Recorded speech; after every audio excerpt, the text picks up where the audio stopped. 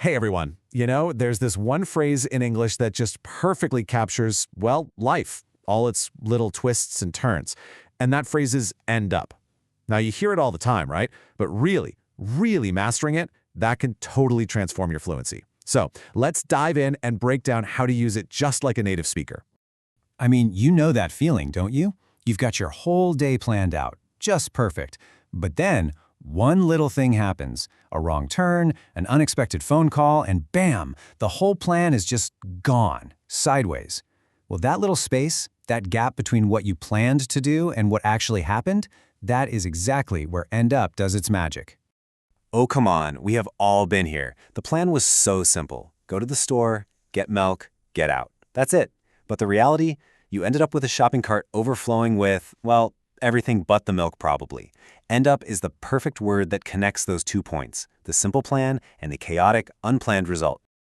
Okay, so let's get to the official definition here. The easiest way to think about End Up is like the final stop on a journey.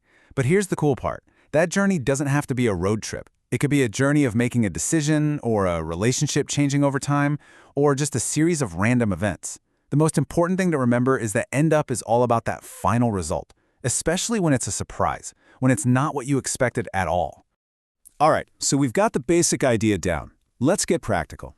End Up is a superstar in 2 main situations. We're going to start with the big one, the one you'll hear most often.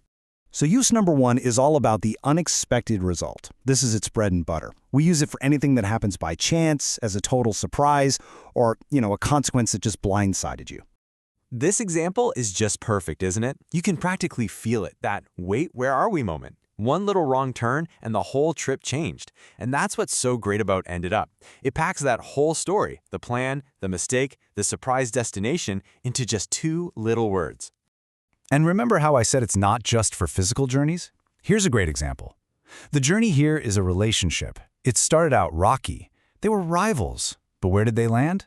Best friends. It just goes to show how End Up can track those big emotional shifts over time, too. Okay, on to the second main use. Now this one is a little different. It's not so much about a big surprise, it's more about a final conclusion. You use End Up when you're talking about the final decision you land on after, a long time thinking, debating, and going back and forth.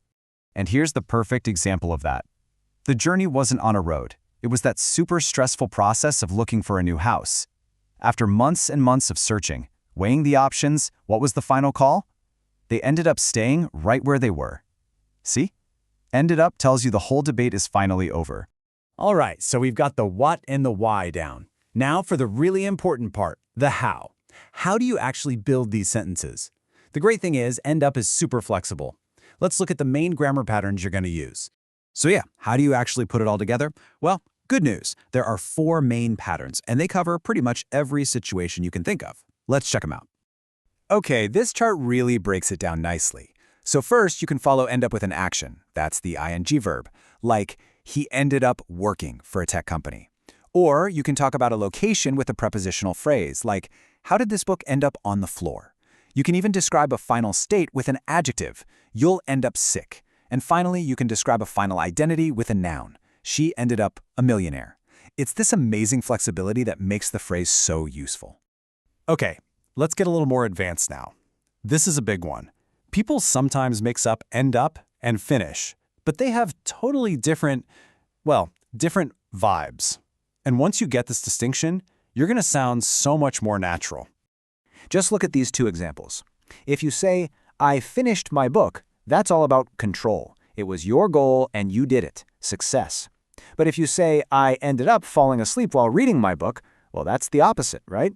It's something that just happened to you. You lost control. So finish is about a goal, and end up is about an unplanned outcome. So End Up is amazing. It's a great go-to phrase. But if you really want to level up your English, it's good to know some alternatives. For when you need a different tone, especially when you're switching from just chatting with friends to, say, more formal writing. So for just casual, everyday talk, wind up is a great swap. It means basically the same thing. I wound up losing my keys. Sounds totally natural. But if you're in a more formal situation, like writing a report for work, you'd want something like result in or eventually become. For instance, saying the new strategy resulted in a 10% increase sounds way more professional than the new strategy ended up increasing sales by 10%. And here is a final pro tip for you. This is my favorite one. If you want to be a great storyteller, end up is your secret weapon. Seriously, it's the perfect way to build up a little suspense and then deliver that unexpected twist. It just connects the start of your story to the end in a really satisfying, natural way. All right, so I'm going to leave you with a little challenge. Think about your week, just this past week. What is one thing you ended up doing that was definitely not on your to-do list? Have a think about it, because that's how you really start to own this phrase. Thanks so much for tuning in for this explainer.